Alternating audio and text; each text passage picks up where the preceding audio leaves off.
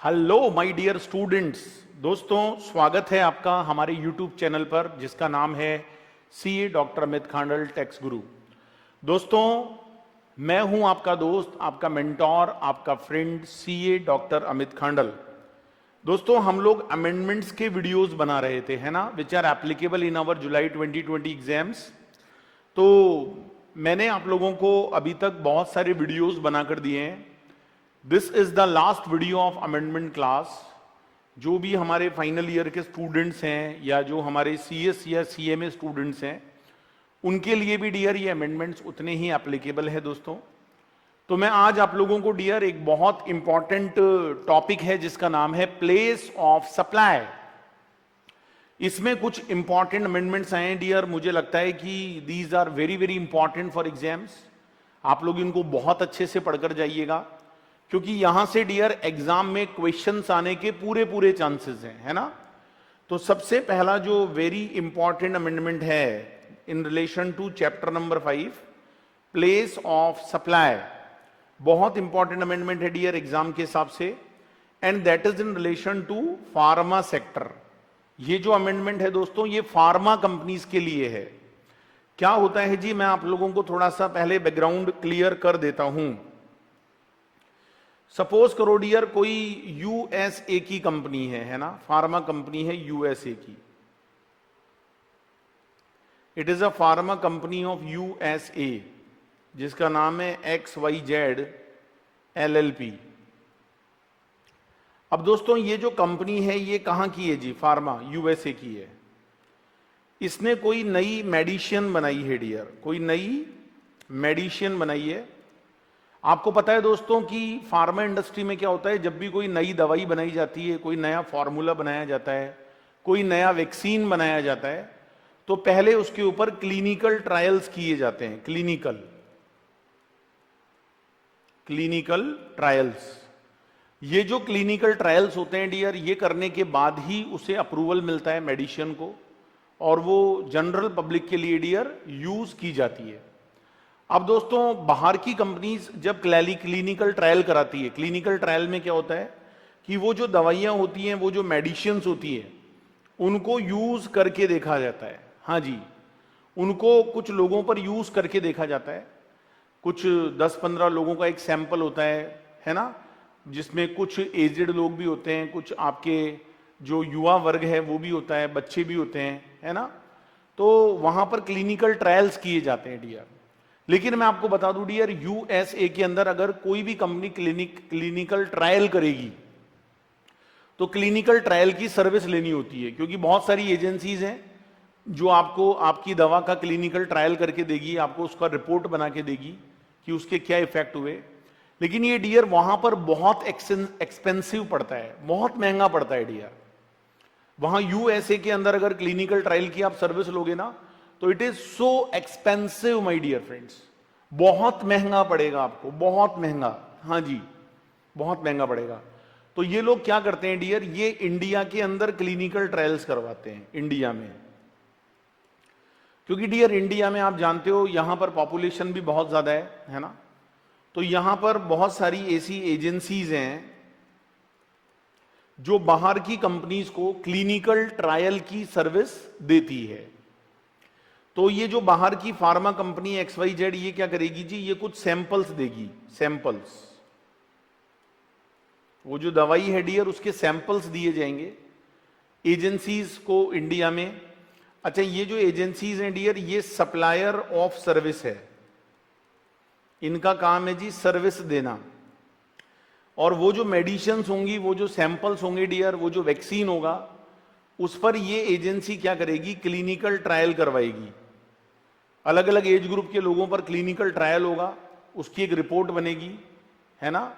और वो रिपोर्ट बनाकर ये जो फार्मा कंपनी है उसको रिपोर्ट बनाकर दी जाएगी, जिसका डियर ये एजेंसी कंसीडरेशन चार्ज करेगी। कंसीडरेशन इसलिए चार्ज करेगी डियर, बिकॉज ये जो इंडिया में एजेंसी है वो सर्विस दे रही है क्लिनिकल ट्रायल की, तो इसके लिए वो लोग कंसीडरेशन चार्ज करेंगे। So it is called supply of services. अच्छा एक बात बताऊं डियर, ये जो मेडिसिन हैं ये वापस बाहर नहीं लौटाई जाएंगी, क्योंकि जब क्लिनिकल ट्रायल होंगे डियर तो ये जो दवा है, ये जो मेडिसिन है, ये जो वैक्सीन है, ये उसमें कंज्यूम हो जाएगा, तो इसे वापस बाहर नहीं लौटाना पड़ेगा। अब डियर क्वेश्चन ये अराइज होता है कि ये जो सप्लाई ऑफ सर्विस है जो इंडिया की एजेंसीज इंडिया के बाहर दे रही है, ठीक है, इसकी प्लेस ऑफ सप्लाई क्या मानी जाए, इसकी प्लेस ऑफ सप्लाई क्या मानी जाए, इस पर बहुत बड़ा क्वेश्चन है डियर। तो दोस्तों यहां पर अगर हम प्लेस ऑफ सप्लाई की बात करें तो एक सेक्शन होता है डियर जिसका नाम होता है सेक्शन 13(3)(a। अच्छा दोस्तों, प्लेस ऑफ सप्लाई के दो सेक्शन है, या तो सेक्शन 12 लगता है या 13 लगता है। आपने पढ़ा था IGST में, सेक्शन 12 तब लगता है जब सर्विस का सप्लायर और सर्विस का रेसिपिएंट दोनों ही इंडिया के हों, टैक्सेबल टेरिटरी के हों।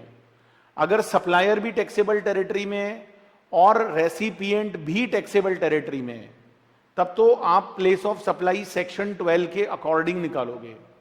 लेकिन डियर एक पार्टी टैक्सेबल टेरिटरी में है और दूसरी पार्टी नॉन टैक्सेबल टेरिटरी में है, एक पार्टी टैक्सेबल टेरिटरी में है और दूसरी पार्टी नॉन टैक्सेबल टेरिटरी में है, तो वहां पर dear friends place of supply जो निकलेगा, वहां पर जो प्लेस ऑफ सप्लाई निकलेगा वो सेक्शन 13 के अकॉर्डिंग निकलेगा, सेक्शन 13 के अकॉर्डिंग।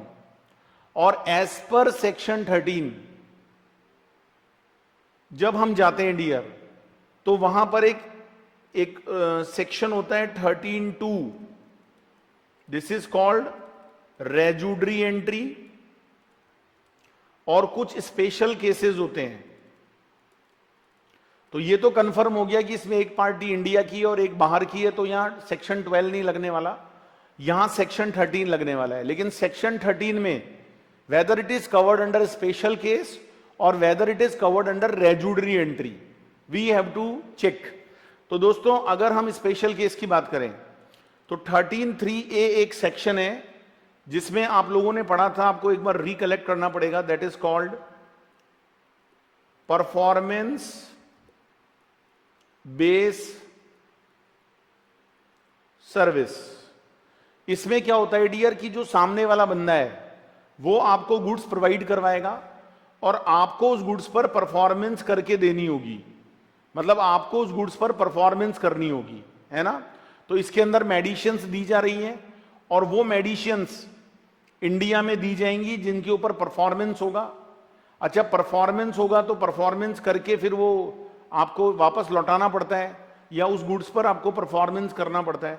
अच्छा जब आप 13(3)(a) लगाते हो डियर तो प्लेस ऑफ सप्लाई वहां मानी जाती है जहां पर परफॉर्मेंस हुई है, जहां पर परफॉर्मेंस हुई है। तो डियर एक बात बताओ, ये क्लिनिकल ट्रायल्स कहां हुए हैं? इंडिया में हुए हैं, तो इसका मतलब प्लेस ऑफ सप्लाई इंडिया मानी जाएगी, टैक्सेबल टेरिटरी। तो इसका मतलब दोस्तों फिर तो उस पर GST लग जाएगा। अगर आप प्लेस ऑफ सप्लाई इंडिया में दे रहे हो, परफॉर्मेंस इंडिया में कर रहे हो, तो फिर तो उसके ऊपर GST लग जाएगा। लेकिन दोस्तों फार्मा इंडस्ट्रीज का ये कहना था कि साहब ये कोई परफॉर्मेंस बेस्ड सर्विस नहीं है, हमारा काम गुड्स पर परफॉर्मेंस करना नहीं है, गुड्स तो हमको एज ए सैंपल दिए गए हैं, वो एक तरह से सेकेंडरी है।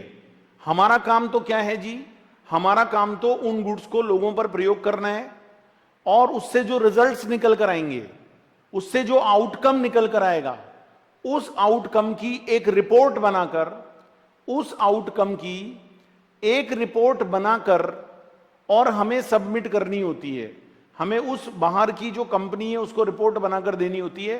तो हमारा काम कोई गुड्स पर परफॉर्मेंस करना थोड़ी ना है, हम कोई गुड्स पर थोड़ी ना परफॉर्मेंस कर रहे हैं, हमको तो गुड्स सैंपल दिए गए, this is secondary thing. We are just providing a service, we are providing reports, we are providing reports. This is not a matter of section 13 subsection 3। अच्छा दोस्तों अगर मैं इसको दूसरे तरीके से देखूं तो ये सिचुएशन किसी अनदर स्पेशल केस में कवर नहीं होती है, तो फिर हमें 13(2) में जाना पड़ेगा। और जब हम सेक्शन 13(2) पढ़ते हैं, दैट इज कॉल्ड रेजुडरी एंट्री। तो रेजुडरी तब लगती है डियर जब कोई स्पेशल टेस्ट नहीं लगे। अच्छा, रेजुडरी एंट्री में प्लेस ऑफ सप्लाई कहां माना जाता है? Location of recipient, location of recipient. अच्छा दोस्तों, जब मैं लोकेशन ऑफ रेसिपिएंट की बात करता हूं, जब मैं लोकेशन ऑफ रेसिपिएंट की बात करता हूं, तो दोस्तों मैं आपको बता दूं, जब हम लोकेशन ऑफ रेसिपिएंट की बात करते हैं तो फिर लोकेशन ऑफ रेसिपिएंट, तो रेसिपिएंट कहां का है? जो सर्विस ले रहा है वो तो आउटसाइड इंडिया का है, जिसको हमें रिपोर्ट बनाकर देनी है, यूएसए है।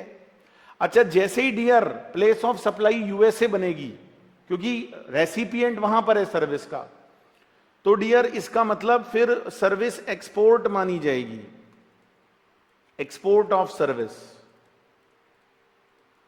और जैसे ही सर्विस को आप एक्सपोर्ट मानोगे तो उस पर दोस्तों आपको 0 रेटेड के बेनिफिट मिल जाएंगे, कोई जीएसटी नहीं लगेगा और it would be treated as 0 rated supply, 0 rated supply, है ना। लेकिन दोस्तों जब हम एक्सपोर्ट ऑफ सर्विस की डेफिनेशन को पढ़ते हैं, जब हम एक्सपोर्ट ऑफ सर्विस की डेफिनेशन को पढ़ते हैं डियर, उसमें कुछ कंडीशंस होती हैं, याद करो।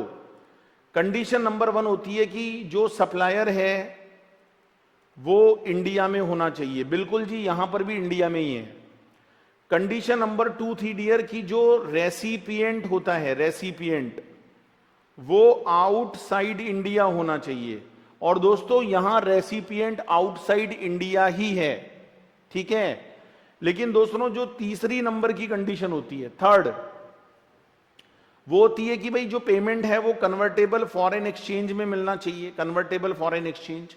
तो यहां भी कन्वर्टेबल फॉरेन एक्सचेंज ही मिलेगा, यूएस वाले डॉलर में पेमेंट करेंगे। लेकिन जो कंडीशन नंबर 4 है, कंडीशन नंबर जो 4 है डियर, वो पता है क्या थी? कि जो प्लेस ऑफ सप्लाई है, जो आप प्लेस ऑफ सप्लाई, वो जो सर्विस आप परफॉर्म करोगे वो आपको आउटसाइड इंडिया करनी है।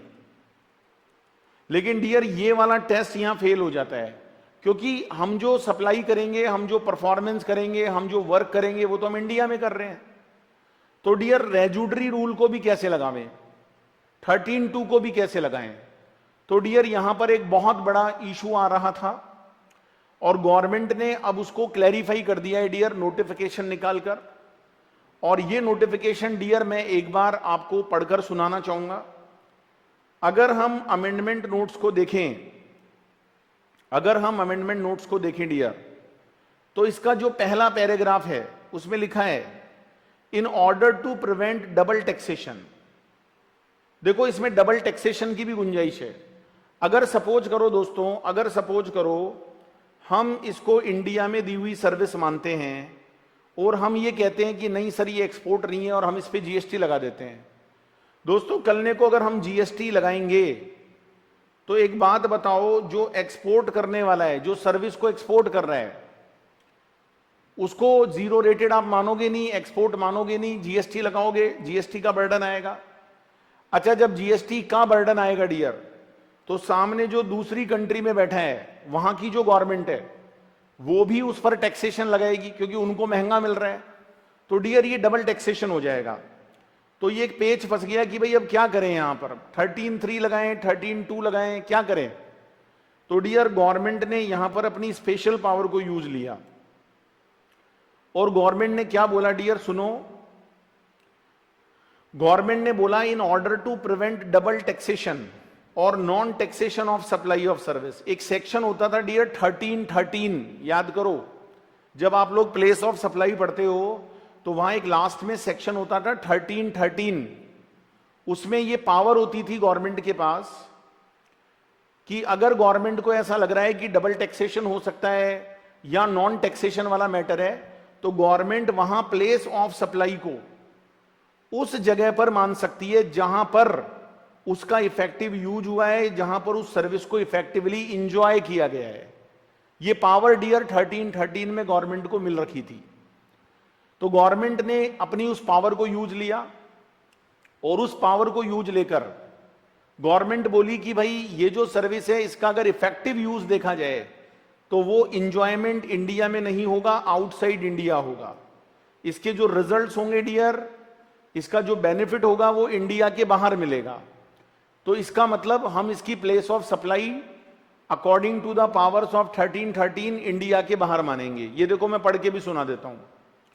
विद इफेक्ट फ्रॉम 1 अक्टूबर 2019, 1 अक्टूबर 2019 से 1 अक्टूबर 2019 से the following research and development services related to pharma sector as specified in column number 2 and column number 3।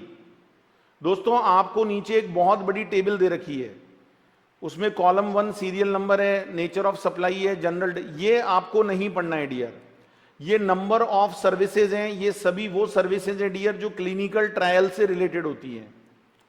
ये डियर सब टेक्निकल टर्म्स हैं, जो लोग एक्चुअली डॉक्टर लोग हैं जो कि मेडिकल लाइन में, वो इनको समझते हैं। तो आपको इन्हें डिटेल में नहीं पढ़ना है, ये सब एक तरह से मेडिकल रिलेटेड सर्विसेज हैं डियर। तो आप इनके नाम को पढ़ें, याद करें, ऐसा जरूरी नहीं है। आपको इतना सा याद रखना है डियर कि ये जितनी भी मेडिकल क्लिनिकल ट्रायल से रिलेटेड सर्विस होती हैं, when it is supplied by a person located in taxable territory, जो बंदा सर्विस दे रहा है वो कहां पर होना चाहिए? टैक्सेबल टेरिटरी में। तो वो इंडिया में है डियर, वो टैक्सेबल टेरिटरी में है। और वो सर्विस किसको दे रहा है? किसी ऐसे पर्सन को दे रहा है जो कि नॉन टैक्सेबल टेरिटरी में है। आप जो सर्विस दे रहे हो वो किसी ऐसे बंदे को दे रहे हो जो कि नॉन टैक्सेबल टेरिटरी में है। Have been notified as the services for which the place of supply shall be the place of effective use and enjoyment of service. Dear, उसकी प्लेस ऑफ सप्लाई वहां मानी जाएगी जहां हम उसको इफेक्टिव यूज करेंगे। जहां उसका इफेक्टिव यूज होगा डियर, वहां वो सर्विस को दिया हुआ माना जाएगा। तो आई थिंक दोस्तों आप मेरी इस बात को समझ गए होंगे, ठीक है जी। तो डियर यहां पर आप लोगों को ये देखो, यहां पर नीचे दिया भी है इन्होंने, प्लेस ऑफ सप्लाई कहां मानना है? Where research and development services related to pharma sector, जो कि आपको पॉइंट नंबर 1 से 10 में बताइए, are supplied by the person located in taxable territory to a person located in non taxable territory. Supplier India में है, रेसिपिएंट इंडिया के बाहर है। तो साफ लिख दिया डियर, देखो, the place of supply shall be the location of recipient of services. जहां रेसिपिएंट होगा वहां मानेंगे जी। तो मुझे बताओ डियर, रेसिपिएंट तो यूएसए में बैठा है, तो अगर आप रेसिपिएंट की लोकेशन पर मानोगे, इसका मतलब डियर सर्विस को इंडिया के बाहर दिया हुआ माना जाएगा और अकॉर्डिंग टू दैट वो एक्सपोर्ट मान ली जाएगी। और एक्सपोर्ट का मतलब जीरो रेटेड के बेनिफिट मिल जाएंगे, जीएसटी नहीं लगेगा। लेकिन subject to the fulfilment of some conditions. Conditions क्या है डियर, ये भी मैं आपको पढ़कर सुना देता हूं। Supply of services from taxable territory is provided as, supply of service from taxable territory is provided as per the contract between the provider located in taxable territory and recipient in non taxable territory। Supplier India में होना चाहिए, recipient India के बाहर होना चाहिए। And the supply of service fulfil all other conditions in the definition of export. आप सारी condition पूरी करो, लेकिन देखो गवर्नमेंट ने 1313 की पावर को काम लिया और एक्सपोर्ट के अंदर वो सारी डेफिनेशन पूरी होती है, लेकिन वो एक नहीं हो रही थी। उसके लिए लिख दिया डियर, बहुत ध्यान से पढ़ना, except the condition the place of supply is outside India. जबकि डियर देखा जाए तो काम तो इंडिया में हुआ है, लेकिन फिर भी गवर्नमेंट ने अपनी पावर को यूज लिया, सेक्शन 1313 की पावर को यूज लिया और गवर्नमेंट ने कहा जी कोई बात नहीं, हम उस कंडीशन को छोड़कर बाकी अगर कंडीशन कोई बंदा पूरी कर देता है, वो कौन सी कंडीशन छोड़नी है डियर कि काम कहां पर हुआ है, सप्लाई कहां पर हुई है, उसको भूल जाओ। बाकी भी अगर आप अदर कंडीशन फुलफिल कर दोगे तो हम इसको एक्सपोर्ट ऑफ सर्विस मान लेंगे।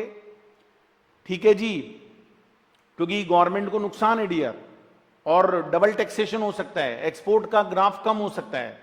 तो गवर्नमेंट ने इसको 1313 की पावर को काम लिया और रेसिपिएंट की लोकेशन पर डियर सर्विस को दिया हुआ माना जाएगा। It should be treated as provided at the location of the recipient.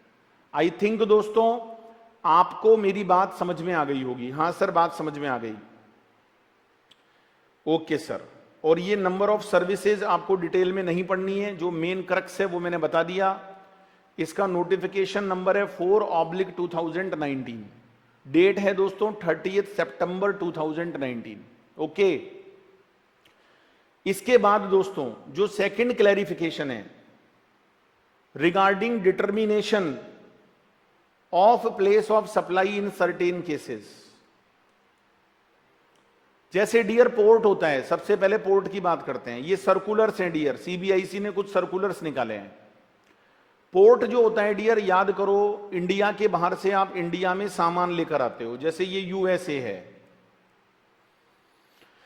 और ये मुंबई पोर्ट है डियर, मुंबई।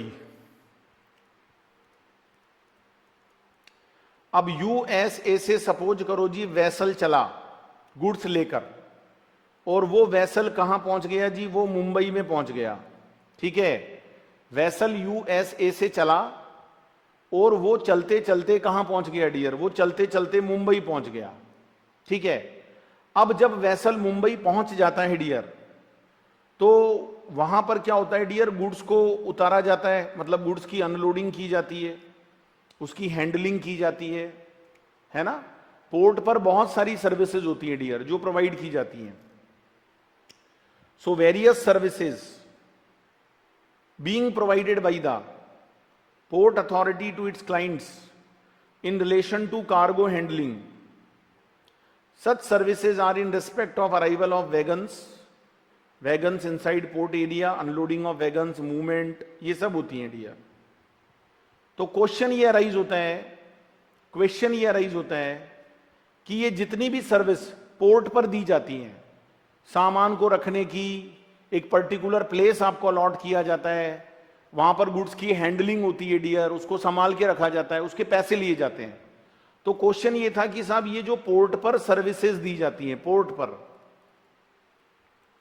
गुड्स को रखने की जो वहां सर्विसेज दी जाती हैं, इसका प्लेस ऑफ सप्लाई कहां हो, इसका प्लेस ऑफ सप्लाई कहां हो डियर। अब दोस्तों मैं आपको एक बात याद दिलाना चाहूंगा, याद करो डियर, पहली बात तो ये मैटर सेक्शन 13 में आएगा या 12 में आएगा, इट डिपेंड्स अपॉन कि सप्लायर और रेसिपिएंट कहां के हैं। अगर सप्लायर और रेसिपिएंट दोनों इंडिया के हैं, दोनों टैक्सेबल टेरिटरी में हैं, जब तो डियर सेक्शन 12 से निकलता है प्लेस ऑफ सप्लाई। और डियर सप्लायर और रेसिपिएंट में से एनी वन, कोई भी एक अगर इंडिया के बाहर है, नॉन टैक्सेबल टेरिटरी में है, एक भी पार्टी अगर नॉन टैक्सेबल टेरिटरी में है, तो जो पीओएस निकलेगा वो सेक्शन 13 से निकलेगा। चलो खैर ये कोई लड़ाई नहीं है। लड़ाई क्या है डियर वो सुनो। आप लोगों ने डियर एक सेक्शन 12(3) या 13(3) पढ़ा था, सेम है दोनों सेक्शन 12(3) और 13(3). That is in relation to services immovable property. दोस्तों ये जो इमूवेबल प्रॉपर्टी होती है, इमूवेबल, उसके रिलेशन में दी जाने वाली सर्विसेज का जब हम पीओएस निकालते हैं, तो वो 12(3) या 13(3) में निकाला जाता है। ठीक है, वो 12(3) और 13(3) में निकाला जाता है। अच्छा डियर, 12(3) और 13(3) ये कहता है कि पीओएस वहां माना जाएगा जहां पर इमूवेबल प्रॉपर्टी लोकेटेड है। तो इमूवेबल प्रॉपर्टी इंडिया में है, पोर्ट इंडिया में है, तो सर्विस को इंडिया में दिया हुआ माना जाएगा। और डियर जब इंडिया में दिया हुआ माना जाएगा तो इसके ऊपर जीएसटी लेवी होगा, जीएसटी लगाया जाएगा। ठीक है, तो दोस्तों एक व्यू तो ये था। दूसरा व्यू ये था कि ये कोई इमूवेबल प्रॉपर्टी की सर्विस थोड़ी ना है भाई, इसमें कोई जगह थोड़ी किराए पर दी गई है आपको, स्पेस थोड़ी अलॉट किया गया है आपको। हाँ, वो स्पेस टेम्पररी है, वो कोई स्पेसिफाइड एरिया नहीं है, वो डिपार्टमेंट तय करेगा कहां पर आपको रखवाना है सामान, ठीक है। तो बोले इस पर 12(3) और 13(3) नहीं लगना चाहिए, it is a matter of रेजुडरी rule. ये रेजुडरी मैटर है, 12(2) और 12(3) में 12(2) या 13(2) में आना चाहिए ये केस। और जो रेजुडरी सेक्शन है डियर, रेजुडरी, उसके अकॉर्डिंग पीओएस वहां होना चाहिए जहां लोकेशन ऑफ रेसिपिएंट है। जहां पर रेसिपिएंट की लोकेशन होगी वहां पीओएस माना जाएगा। तो डियर इस बात को लेकर बहुत बड़ा कंफ्यूजन था कि if it is a matter of 12(3), 13(3) और if it is a matter of 12(2) और 13(2। तो यहां पर क्लैरिफिकेशन आ गया है डिपार्टमेंट का, सीबीआईसी ने क्लैरिफिकेशन जारी कर दिया है। सीबीआईसी ने क्लैरिफिकेशन दिया कि such services are ancillary or to related to cargo handling service. ये कोई रेंटिंग ऑफ इमूवेबल प्रॉपर्टी नहीं है डियर, ये कार्गो हैंडलिंग जो एक बड़ी सर्विस होती है, जो पोर्ट पर हैंडलिंग की सर्विस होती है, उसी का पार्ट है, not related to immovable property. So accordingly place of supply of such service will be determined as per the provisions contained under section 12 subsection 2 और सेक्शन 13 सबसेक्शन 2। अच्छा, सबसेक्शन 2 दोनों में कॉमन है, मतलब आपको इसे इमूवेबल प्रॉपर्टी के संबंध में दी जाने वाली सर्विस नहीं माना जाएगा। ये जो सर्विस है दोस्तों, ये जो सर्विस आप अभी पढ़ रहे हो, इसे माना जाएगा in relation to residuary section. और रेजुडरी का मतलब होता है डियर जहां लोकेशन ऑफ द रेसिपिएंट है। अब रेसिपिएंट की लोकेशन अगर इंडिया में है तो सर्विस को इंडिया में दिया हुआ मानेंगे, जीएसटी लगेगा। और अगर रेसिपिएंट इंडिया के बाहर है तो सर्विस को इंडिया के बाहर दिया हुआ माना जाएगा। और डियर वहां पर एक्सपोर्ट ऑफ सर्विस का बेनिफिट मिल जाएगा आपको, and it will become zero rated supply. तो दोस्तों ये एक बहुत इंपॉर्टेंट सर्कुलर आपके सामने मैंने क्लियर किया है। एक और इशू था डियर, वन मोर इशू, एक और इशू था। आपको पता है डियर, इंडिया के अंदर जो ज्वेलरी के जॉब वर्क है ना, वो बहुत ज्यादा होते हैं। यस, जॉब वर्क क्या होता है डियर कि जॉब वर्क का काम इंडिया के बाहर बहुत महंगा पड़ता है। तो वहां के जो बिजनेस पर्सन होते हैं, ज्वेलर्स होते हैं, वो गुड्स इंडिया में भेजते हैं, और इंडिया में जो कारीगर लोग होते हैं, जो वर्कर्स होते हैं, वो उनकी पॉलिशिंग का काम है, डायमंड कटिंग है, पॉलिशिंग है, वो सब एक्टिविटीज करते हैं। अच्छा, वो जो डायमंड होता है, वो जो सामान है डियर, जो भी स्टोन्स हैं, वो इंडिया के बाहर से आते हैं, लेकिन वो टेम्पररी आते हैं dear, it is not permanent, it is not permanent my dear friends, it is temporary. और उनके ऊपर जो भी रिपेयर होगी, जो भी मेंटेनेंस होगी, उसके बाद डियर उसको वापस भेज दिया जाता है, उसको इंडिया में यूज नहीं किया जाता।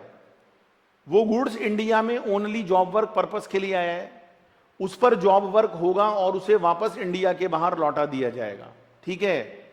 तो डियर इसको लेकर एक इशू आ रहा था कि सब ये जो सर्विस दी जा रही है in relation to unpolished diamond such as cutting और पॉलिशिंग, भाई अनपॉलिश डायमंड इंडिया के बाहर से आएगा, उसकी पॉलिशिंग इंडिया में होगी, उसकी कटिंग इंडिया में होगी, और वो गुड्स वापस इंडिया के बाहर चला जाएगा। तो हमने जो service the, supply of service, उसे इंडिया में दिया हुआ माना जाए या इंडिया के बाहर दिया हुआ माना जाए। अब डियर यहां पर फिर से वही लड़ाई, अगर हम इसको सेक्शन 13(3)(a) में कवर करते हैं, so that is a matter of performance base service. दोस्तों ये परफॉर्मेंस बेस सर्विस का मैटर हो जाता है, परफॉर्मेंस बेस। और जो परफॉर्मेंस बेस सर्विस होती है डियर, उसमें सर्विस को वहां दिया हुआ माना जाता है जहां पर परफॉर्मेंस हुई है, जहां पर परफॉर्मेंस हुई है। तो परफॉर्मेंस तो इंडिया में हुई है, काम तो इंडिया में हुआ है, तो इसका पीओएस टैक्सेबल टेरिटरी में आएगा और उसके ऊपर जीएसटी लग जाएगा। उस पर क्या लग जाएगा? जीएसटी, उस पर जीएसटी लग जाएगा डियर। दूसरी तरफ डियर अगर हम इसको परफॉर्मेंस बेस में नहीं मानते हैं, लेकिन डियर एक बात बताऊं, ये है तो परफॉर्मेंस बेस, लेकिन जब आप 13(3)(a) पढ़ते हो तो दोस्तों याद करना, वहां पर एक प्रोवाइजो होता था, प्रोवाइजो।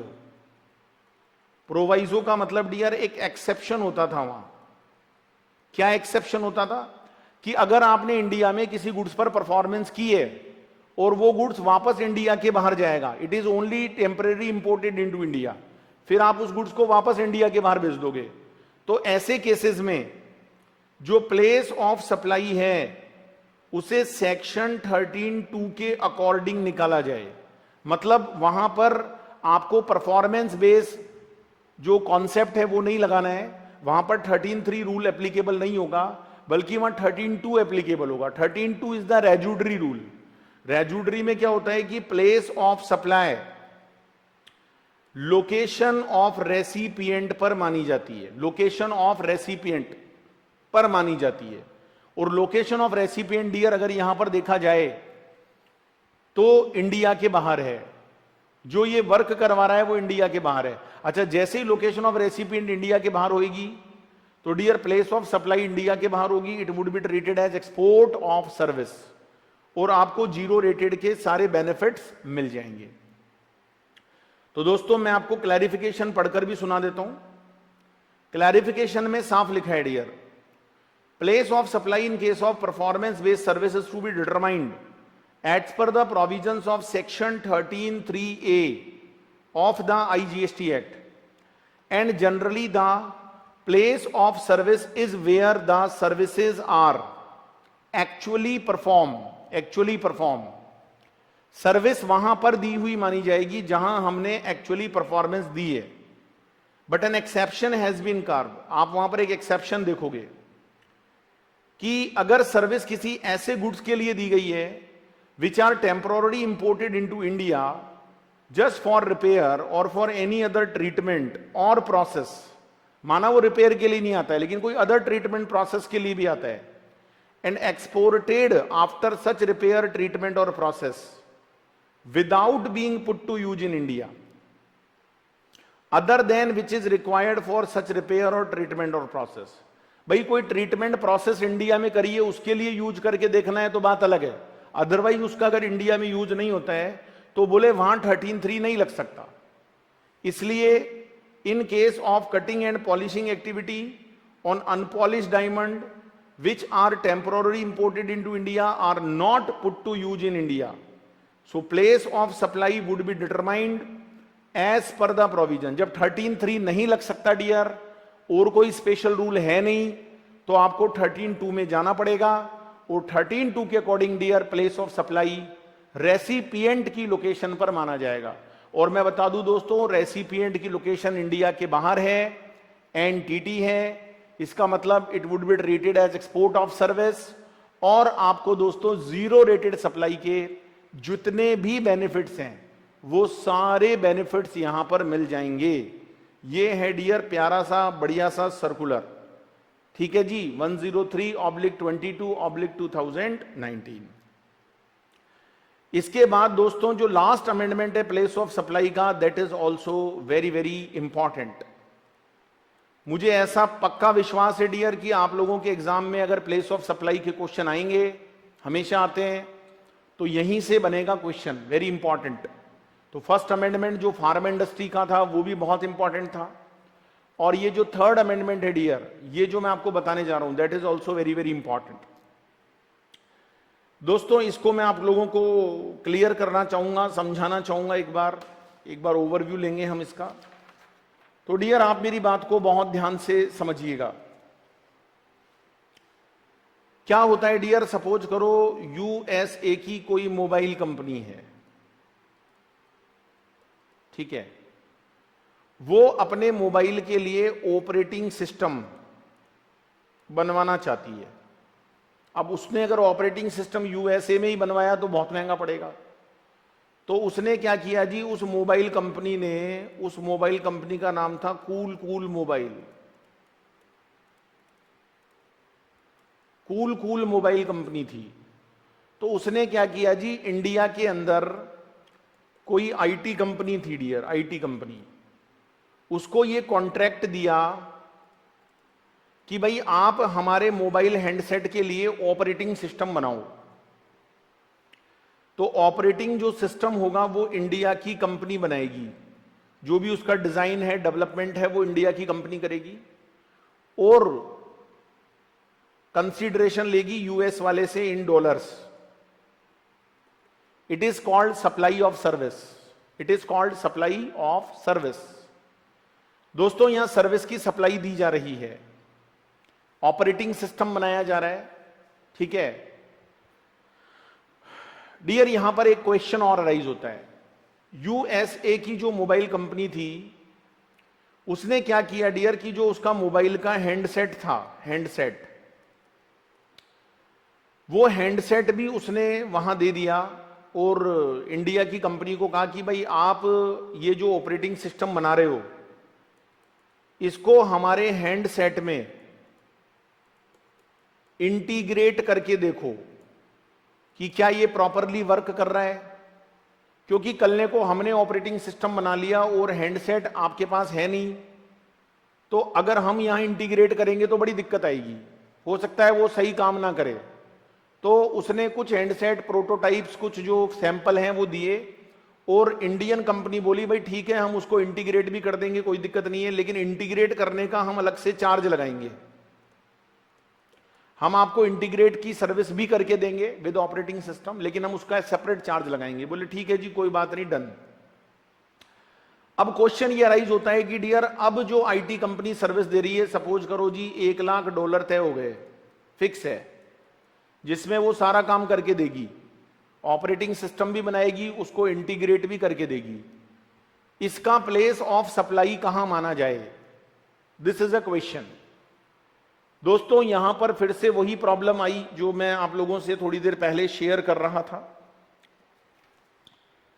प्रॉब्लम ये थी डियर कि इट इज ऑल्सो परफॉर्मेंस, कि बोले यहां पर भी काम हो रहा है, परफॉर्मेंस हो रही है। तो परफॉर्मेंस के चक्कर में यहां सेक्शन 13(3)(a) लगना चाहिए, वैसे तो 13 ही लगेगा, इस रीजन से लगेगा डियर कि एक पार्टी इंडिया के बाहर की है और एक इंडिया की है। तो अपन प्लेस ऑफ सप्लाई जब निकालेंगे पीओएस, तो पीओएस निकालते टाइम डियर हम सेक्शन 13 लगाएंगे। अच्छा दोस्तों जब हम सेक्शन 13 लगाते हैं 13(3)(a), तो according to this section 13(3)(a) जो सेक्शन हमने पढ़ा है, जब हम इस सेक्शन को लगाते हैं तो इस सेक्शन में आपने देखा होगा डियर कि जहां परफॉर्मेंस दी जाती है वहां सर्विस को दिया हुआ माना जाता है, ठीक है। लेकिन डियर इसमें सामने वाला गुड्स अवेलेबल करवाता है और आपको गुड्स पर परफॉर्मेंस करनी होती है। लेकिन डियर असेसी का कहना यह था कि साहब हमने कोई गुड्स अवेलेबल नहीं करवाए, हमने तो ऑपरेटिंग सिस्टम बनवाया है और हमने कोई रिपेयर मेंटेनेंस नहीं करवाई, हमने कोई प्रोसेसिंग नहीं करवाई, हमने तो इंटीग्रेट करने की सर्विस और ली है। डिपार्टमेंट कहता है ये परफॉर्मेंस बेस्ड सर्विस है, परफॉर्मेंस इंडिया में हुई है तो इस पर जीएसटी लगना चाहिए, इसका पीओएस इंडिया में होना चाहिए।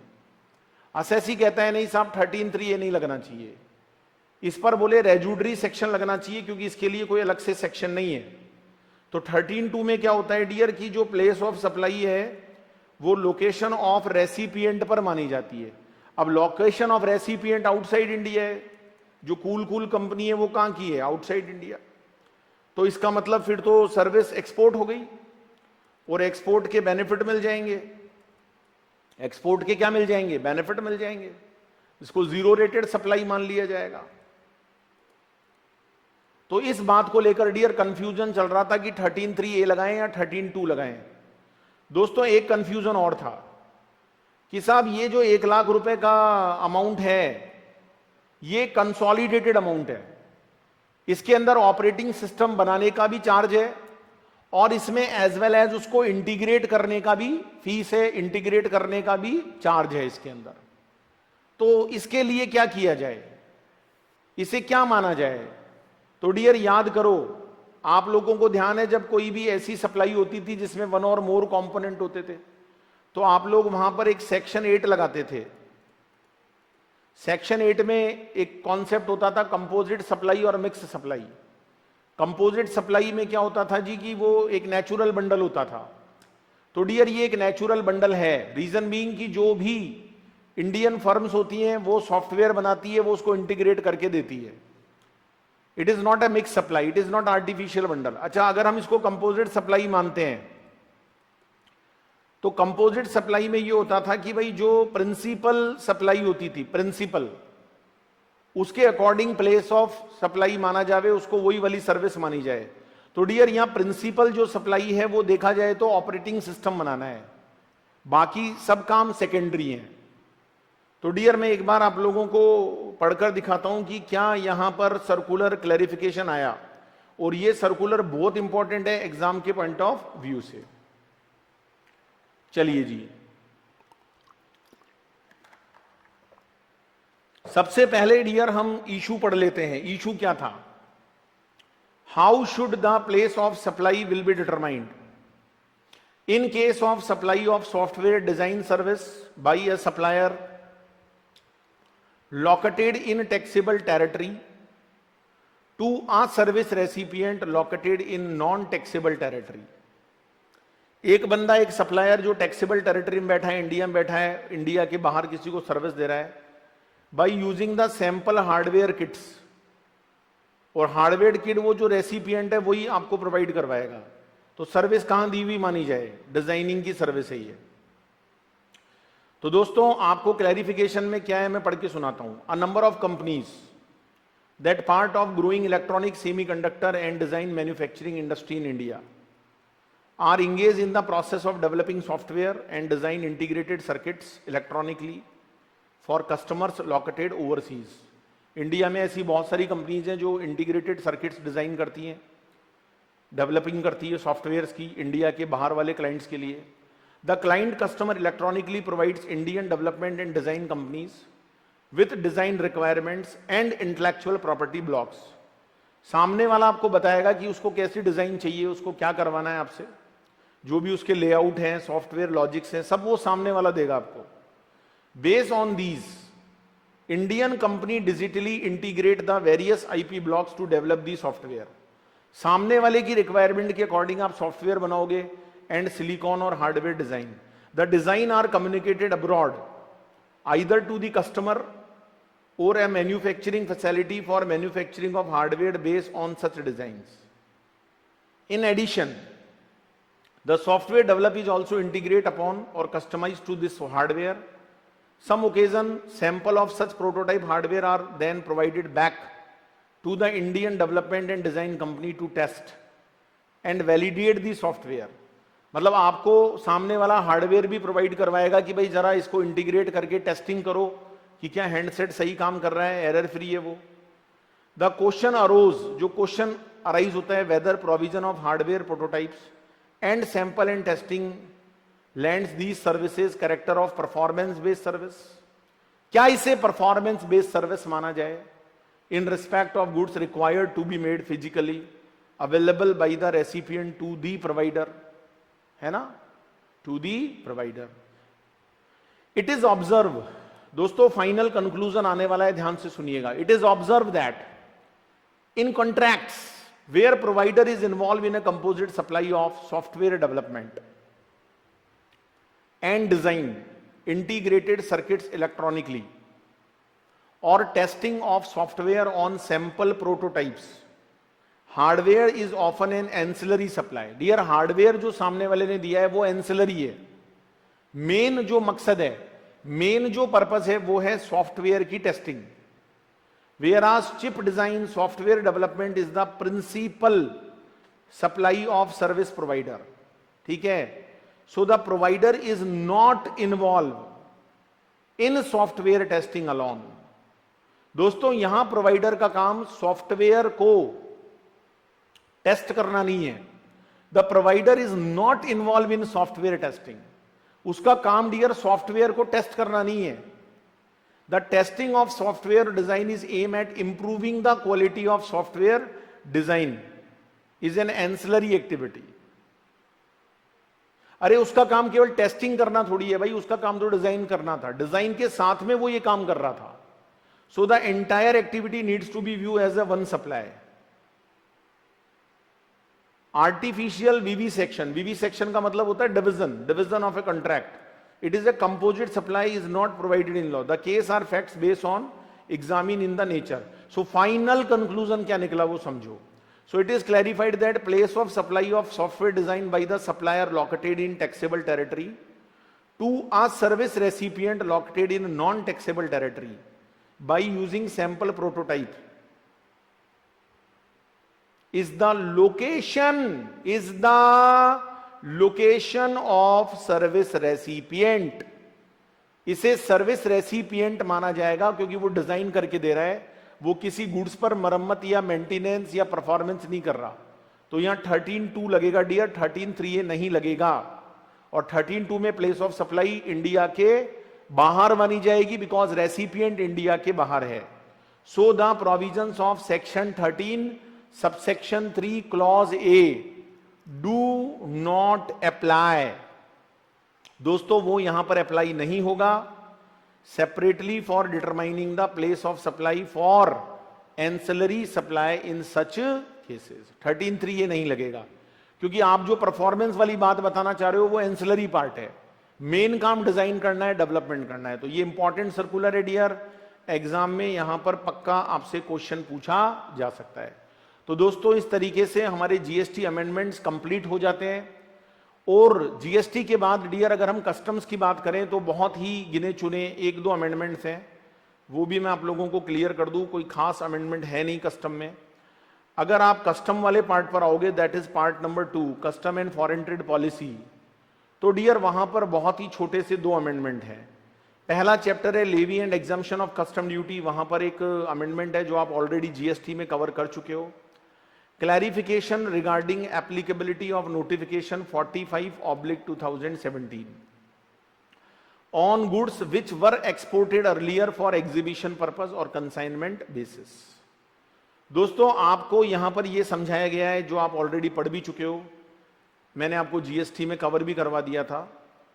अगर कोई भी गुड्स हम इंडिया से, सपोज इंडिया के बाहर भेजते हैं यूएसए, कोई एग्जीबिशन में भेजते हैं, तो डियर जब हम एग्जीबिशन के लिए भेजेंगे, जब हम कंसाइनमेंट बेसिस पे भेजेंगे, तो अभी पक्का नहीं है कि सामने वाला उसको एक्सेप्ट कर लेगा। अभी it is not a sale, तो इसको हम सप्लाई नहीं बोलते हैं। ये सप्लाई नहीं है डियर, क्योंकि अभी कंसीडरेशन में मिला ही नहीं और अभी ये तय भी नहीं है, सेल भी नहीं हुई। तो डियर एक बात बताओ, इसको आप सप्लाई नहीं मानोगे तो आप इसको अभी एक्सपोर्ट भी कैसे कह सकते हो? अच्छा, एक्सपोर्ट जब करते हैं डियर तो हम विदाउट पेमेंट करते हैं, without payment of duty, without payment of IGST. कोई यहां पर ड्यूटी नहीं लगती क्योंकि हम एक्सपोर्ट कर रहे हैं। अच्छा, यहां पर एक एलयूटी देना पड़ता है, लेटर ऑफ अंडरटेकिंग जिसको बोलते हैं, बॉन्ड देना पड़ता है जब आप एक्सपोर्ट करते हो। तो आपको इस सर्कुलर के थ्रू ये समझाया गया है कि भाई जब ये सप्लाई नहीं है तो आप इसको एक्सपोर्ट कैसे मान लोगे? जब एक्सपोर्ट नहीं हुआ तो डियर लेटर ऑफ अंडरटेकिंग देने का यहां सवाल ही नहीं उठता, क्योंकि ये गुड्स वापस इंडिया में लौट कर आएगा अगर सामने वाले ने इसको एक्सेप्ट नहीं किया। हां, अगर ये सामने वाला एक्सेप्ट कर लेता है then it should be treated as supply, then it should be treated as an export. अच्छा डियर, यहां पर एक 6 महीने का रूल भी था। तो आप जब गुड्स लेकर जाओगे तो आप डिलीवरी चालान से लेकर जाओगे। हां, अगर 6 महीने में वो लौट कर नहीं आता है तो लॉ में ये लिखा हुआ था कि it should be treated as supply. ऐसा आपने पढ़ा था डियर टाइम ऑफ सप्लाई में। तो अगर वो 6 महीने में लौट कर नहीं आएगा तो हम उसको सप्लाई मानेंगे, है ना? सप्लाई मान लिया जाएगा। और फिर अगर सामने वाला बाद में लौटाता है 6 महीने के बाद, then it should be treated as re import. तो यही बात डियर आप लोगों को इस क्लैरिफिकेशन में समझाई गई है। तो आई थिंक दोस्तों आप एक बार इसको नॉर्मली रीड आउट करेंगे। मैं आपको पढ़ के भी सुना देता हूं। Clarification is applicable to the cases where export have been made to related और डिस्टिंक्ट पर्सन। आज आप अपने जानकार को भी माल भेज सकते हो अपनी ब्रांच पे, principal agent for participation in exhibition, but goods exported are return after participation without approval or acceptance. The basic requirement of supply cannot be said to be met as there is no acceptance of the goods by the consignee. So hence re-import of such goods after return from the exhibition will be covered under residual entry. ठीक है, तो री import यहां पर कोई duty liability नहीं आएगी क्योंकि एक्सपोर्ट हुआ ही नहीं डियर, सप्लाई हुई ही नहीं, वही गुड्स लौट कर आ रहा है। हां, 6 महीने के बाद लौट कर आता है तो बात अलग है, लेकिन 6 महीने से पहले आएगा तो हम उसको री इंपोर्ट नहीं मानेंगे। तो ये एक बार आप जनरली पढ़िएगा सर्कुलर। और फॉरेन ट्रेड पॉलिसी में एक अमेंडमेंट है छोटा सा, it is a matter of deemed export. याद करो डियर, मैंने आपको एक चैप्टर पढ़ाया था ड्यूटी ड्रॉबैक, डीबी के, है ना, डीबी के पढ़ाया था मैंने आपको, ड्यूटी ड्रॉबैक। क्या होता था डियर, जब आप गुड्स इंडिया में इंपोर्ट करते थे और इंपोर्ट करने के बाद जब उस गुड्स की प्रोसेसिंग होती थी और जब आप उसको एक्सपोर्ट कर देते थे, तो इंपोर्ट पर जो भी ड्यूटी आपने पे करी है वो आपको हो जाती थी रिफंड। लेकिन ये रिफंड आपको सेक्शन 75 में मिलता था ऑन एवरेज रेट, और उसको हम बोलते थे ऑल इंडस्ट्रियल रेट। क्या बोलते थे? ऑल इंडस्ट्रियल रेट, जो गवर्नमेंट एवरेज बेसिस पे डिसाइड करती थी। दोस्तों, ये जो ऑल इंडस्ट्रियल रेट होती थी ये एक्चुअल एक्सपोर्ट के केस में ही होती थी। जहां पर डीम्ड एक्सपोर्ट की बात आती थी, याद करो डियर, डीम्ड एक्सपोर्ट, आप इंडिया में हो, आप सप्लाई सेज में दे रहे हो, सेज भी इंडिया में है, आप भी इंडिया में हो, सेज भी इंडिया में है, तो इसको बोलते थे हम डीम्ड एक्सपोर्ट। अच्छा, यहां भी एक्सपोर्ट बेनिफिट्स मिलते थे, यहां भी ड्यूटी ड्रॉबैक का बेनिफिट मिलता था, लेकिन डियर यहां कभी भी ड्रॉबैक ऑल इंडस्ट्रियल रेट से नहीं मिलता था। डीम्ड एक्सपोर्ट के केस में अगर आपको डीबी के चाहिए, क्योंकि आपने इंपोर्ट पर पहले ड्यूटी दी है, तो उस केस में डियर आपको एक ब्रांड रेट होती थी, आपको अप्लाई करना पड़ता था डिपार्टमेंट को, भाई हमको ड्यूटी चाहिए, है ना, या आप उसका क्रेडिट लेते थे जीएसटी के अंदर, या आपको रेट डिसाइड करवानी पड़ती थी गवर्नमेंट से। तो डियर गवर्नमेंट ने यहां चेंज किया है नोटिफिकेशन के थ्रू, और उसमें 31 अक्टूबर 2019 से एक अमेंडमेंट है कि जो रिफंड ऑफ ड्रॉबैक होता है on the input use in the manufacturing and supply under the deemed export category, deemed export category can be claim on all industrial rate. आप उसको ऑल इंडस्ट्रियल रेट से भी ले सकते हो, ठीक है, बशर्ते कि आपने उसका कोई सैनवेट क्रेडिट ना उठाया हो, आपने कोई ब्रांड रेट के बेसिस पर, मतलब एक्चुअल पेमेंट जो आपने किया था उससे ड्रॉबैक नहीं लिया हो। तो आप जो AIR ऑल इंडस्ट्रियल रेट होती थी ड्यूटी ड्रॉबैक में, जो आप नॉर्मली लगा सकते थे डियर एक्चुअल एक्सपोर्ट के केस में, वही ऑल इंडस्ट्रियल रेट से आप ड्यूटी ड्रॉबैक डीम्ड एक्सपोर्ट के केस में भी ले सकते हो। तो दोस्तों, हमारे ये अमेंडमेंट्स यहां कंप्लीट हो जाते हैं। आशा करता हूं डियर एक्सेप्ट कि आपको वीडियो पसंद आई होगी, आपको मेरा समझाने का तरीका पसंद आया होगा, आपको कॉन्सेप्ट समझ में आया होगा। अगर वीडियो अच्छी लगी है डियर, इसको लाइक शेयर करना ना भूलें अपने फ्रेंड्स के साथ, अपने दोस्तों के साथ, और चैनल जरूर सब्सक्राइब कर लें, अपने दोस्तों से करवाएं, क्योंकि मैं इस तरह के नए नए वीडियोस आपके लिए लाता रहता हूं। बेल आइकन हिट कर लें ताकि मेरे नए वीडियोस की आपको इंफॉर्मेशन मिल सके। So thank you so much for watching this video.